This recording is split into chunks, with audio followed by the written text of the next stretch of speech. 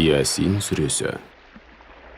Рахман, әрі аса рахымды Алланың атымен бастаймын. Ясин. Уа Мұхаммед, хикметке толы Құранға серт.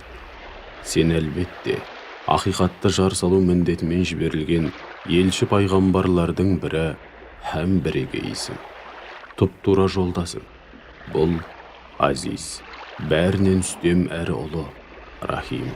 Әсіресе, мүмін құлдарына ерекше мейірімді Алланың бірте-бірте түсірген кітабы.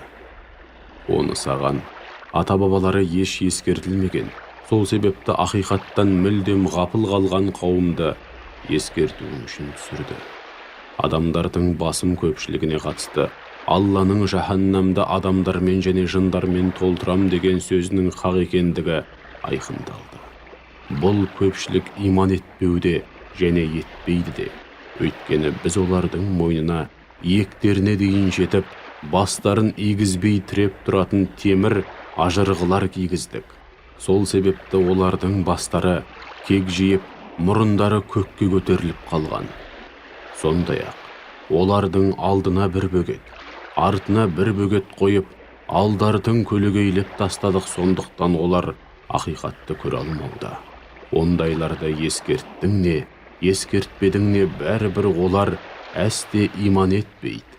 Сен тек зікірді, Құранды басшылыққа алатын және бұл дүниеде көрмесе де Рахманнан барынша именетін, әрі сыңар езуліктен аулақ болған, ақиқатты аңсаған жанды ғана ескертіп сақтандыра аласың.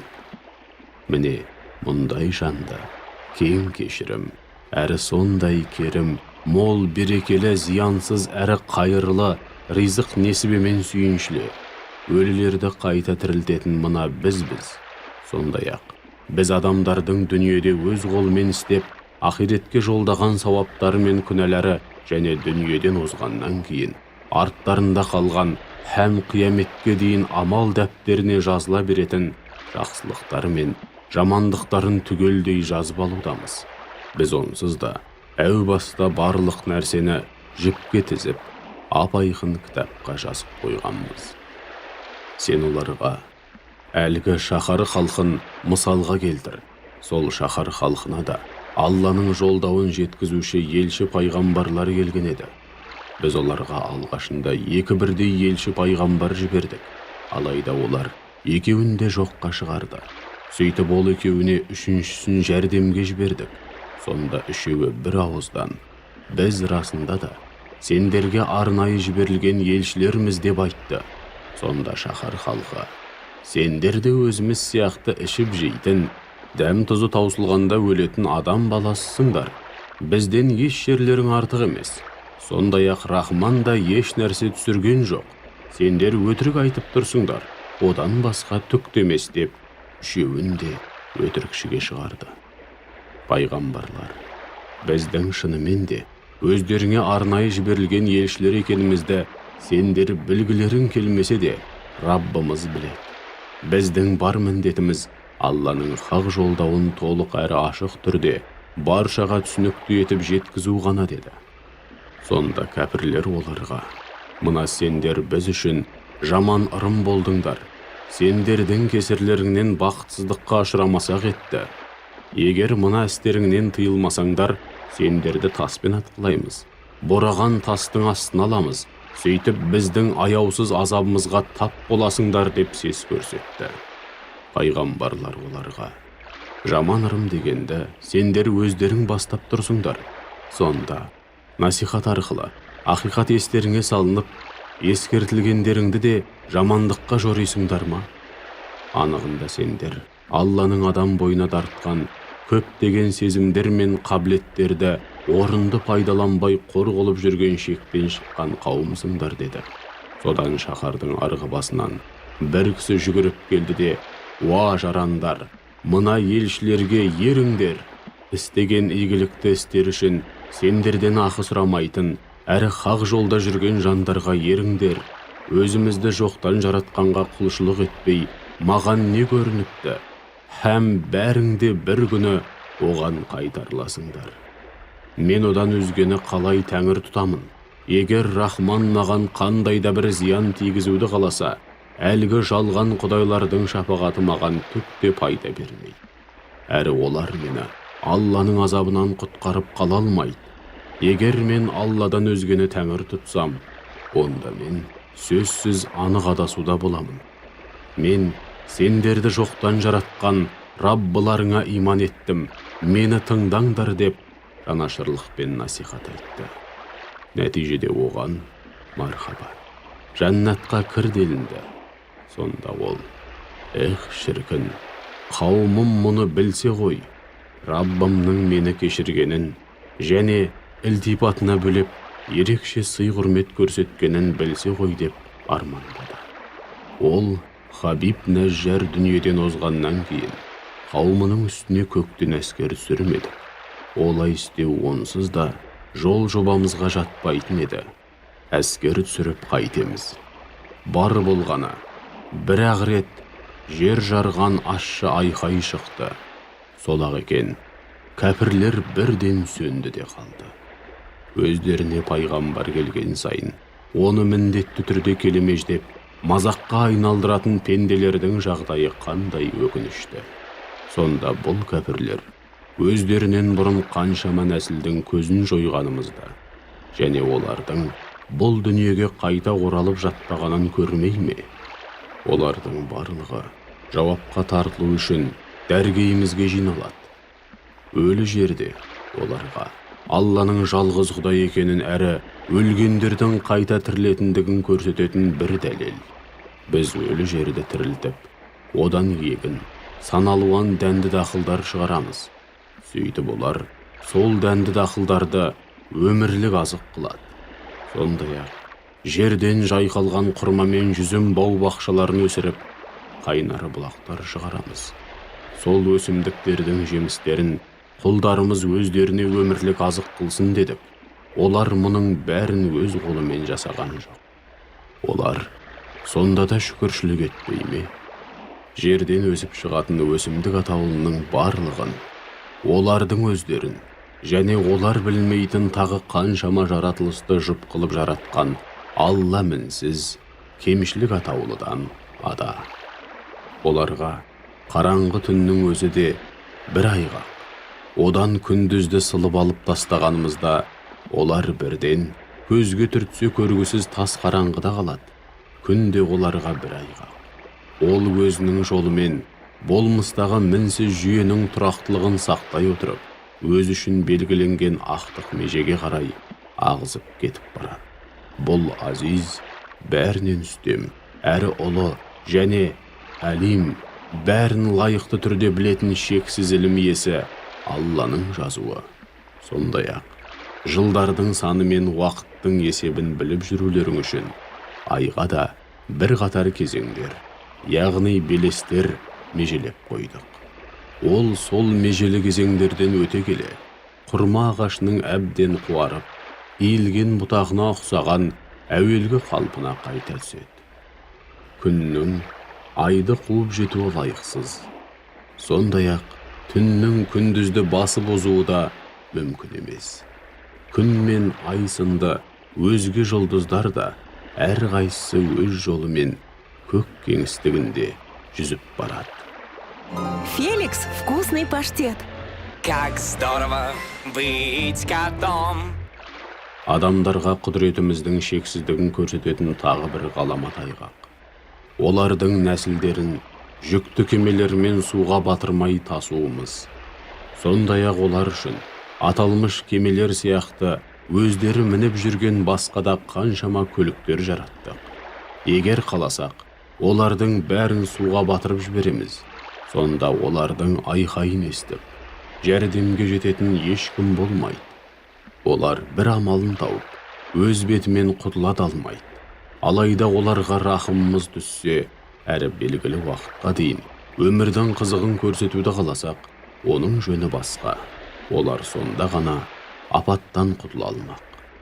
Оларға алдарыңнан һәм арттарыңнан қаумалаған күнәларыңнан, һәм солардың дүниедегі һәм ақиреттегі салдарынан тақуалықпен сақтанып, Алланы пана тұтыңдар. сонда шексіз рахымға бөленуге лайық боласыңдар делінгенде, өздерінше жақтырмаған сыңай танытып, сырт айналады. Сондай-ақ оларға Раббыларыңның аяттарынан қандай да бір аят келсе, өздерінше жақтырмаған сыңай танытып, одан сырт айналады. Оларға Алла сендерге ризық несібе ретінде не берсе, соның бір парасын мұқтаждарға жұмсаңдар делінгенде, күпірлікте табандағандар иман еткендерге қарап, қаласа Алланың өзі-ақ ризығын жеткізіп, қарнын тойдыра алатын пенделерді мына біз тойдыруымыз керек пе? Сендер анық адасудасыңдар, одан басқа түк демес деп айтады. Онымен қоймай, мүміндерді мазақ қылып, айтқандарың рас болса, бізді өздеріңше қорқытып уәде еткен қиямет қайымдарың қашан орнайды деп сұрайды. Демек, олардың күткені қу тіршілік пен қарабастың қамы үшін бір-бірімен шекісіп, жаға жыртысып жүргендерінде өздерін аяқ астынан бас салатын жер жарған ащы айқайдан немесе ғаламат жарылыстан басқа түк емес. Сол кезде олар бір ауыз өсиетте айтып үлгермей қалады. Сондай-ақ олардың жер жарған ащы айқайға түзде жүріп тап болғандар да жақындарына қайтып орала алмай, сол жүрген жерлерінде сеспей қатады. Сур үрленді. Міне олар Алланың құлдары қабірлерінен шыққан бойда Раббыларының дәргейіне қарай ағылып барады. Сонда олар ғафлет ұйқысынан оянып, ойбай құрыдық. Бізді мына ұйықтап жатқан жерімізден кім тұрғызды? Рахманның уәде еткені осы екен ғой. Пайғамбарлардың да айтқаны рас болып шықты деп ақырып, санын соғады. Бар болғаны бір-ақ рет жер жарған ащы айқай шықты. Сөйтіп барлығы бір демде жиналып, ақтық жауапқа тартылу үшін дәргейімізге әкелінді. Бүгін ешкімге мысқалдай да әділетсіздік жасалмайды. Дүниеде не істеген болсаңдар, соның ғана қарымын аласыңдар. Жұмақтықтар бүгін жанға жағымды істермен шұғылданып, қалағанынша ішіп жеп, ойнап күліп, рахатқа батуда. Һәм өздері де, жан жұбайлары да саялы жерлерде жайлы орынтақтарға шалқая түсіп, жайғасып отыр. Онда олар үшін дүниеде істеген игілікті істерінің жемісі ретінде жұмақтың бар нығметі дайын тұрады. Әрі көңілдері не қаласа, соның бәрі алдарына тартылады. Һәм олар ерекше мейірімді Раббыдан ыстық сәлем алады. Әй күнәға белшесінен батқан күнәһарлар! Қане, бүгін өзгелерден араларыңды үзіп, оқшауланыңдар. Уа адамның балалары! Мен кезінде сендерге шайтанға құлдық ұрып табынбаңдар. Шүбәсіз ол сендерге анық дұшпан. Маған ғана құлшылық етіңдер. Ең түзу жол міне осы деп бұйырмаған бедім. Расында ол араларыңнан талай нәсілдерді түзу жолдан тайдырып жіберді. Ендеше, ақылға салып ойлануларың һәм соған қарай әрекет етулерің керек емес пе еді? Өздеріңе уәде етілген жаһаннам міне осы. Ендеше, бүгін өмір бойы күпірлік қылғандарың үшін соған кіріңдер де жалынна қақталыңдар. Бүгін олардың аузын жауып, мөрлеп тастаймыз. Сөйтіп, қандай күнәлар істегенін бізге қолдары айтып береді. Аяқтары соған куәлік етеді. I bet you didn't know this. In North Gaza, after the conflict, some families are so hungry.